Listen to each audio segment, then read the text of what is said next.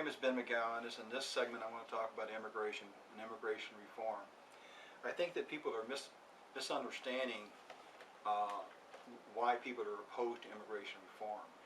Most people are not opposed to it. Most people understand we're not going to deport every illegal immigrant in the United States of America.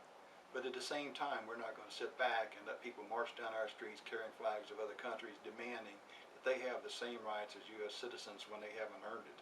They haven't followed the rules. In 19...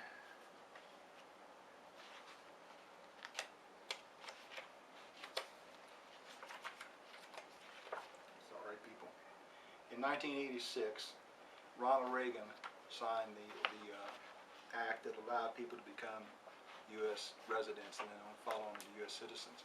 And the concern was that after that was going to happen, other people would sneak into the country wanting the same thing. Well, the people who were applying for this under this program that he has just offered up consideration for deferred action are the people that came after the 1986. So the people weren't wrong. If you give them something, more people are going to come. And they're going to keep coming. There's no reason for them not. They're not afraid of us.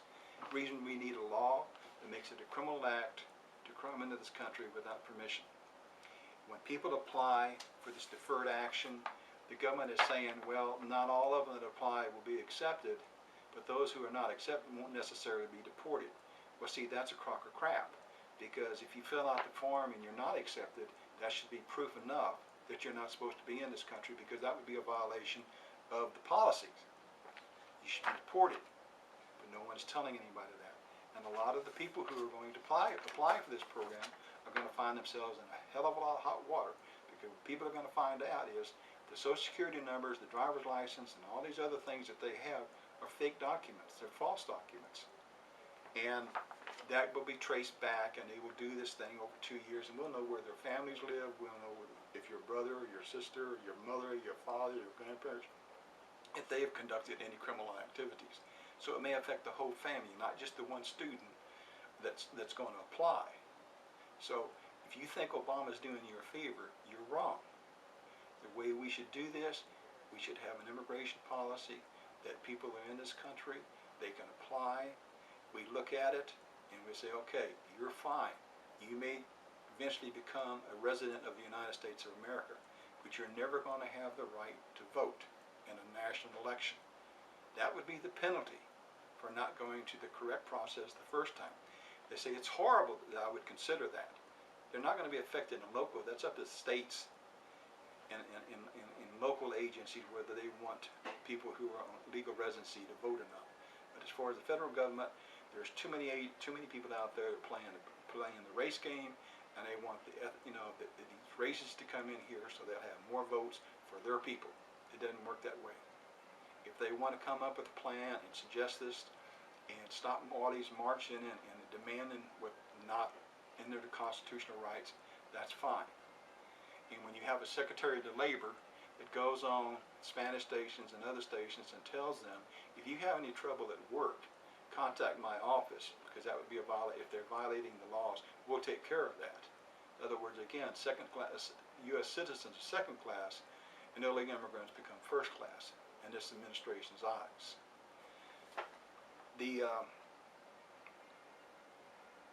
Fast and Furious episode that everybody denied that they knew anything about, then all of a sudden they say, oh yeah, I remember now, but they won't turn over any documents.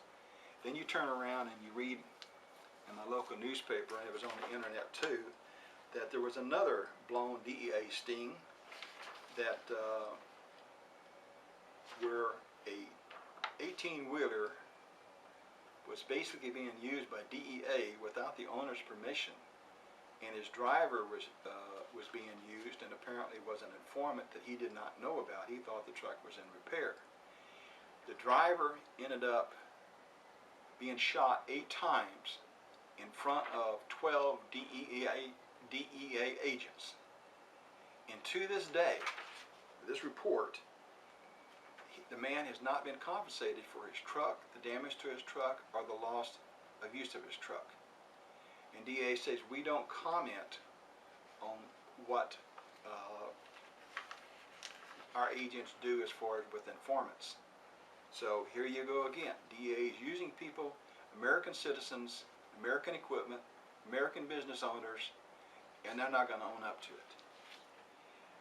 They say that people are not coming across the border just, there are dangers. Well, if you talk to everybody on the border, they'll tell you different. Ranchers that have been died, have been shot.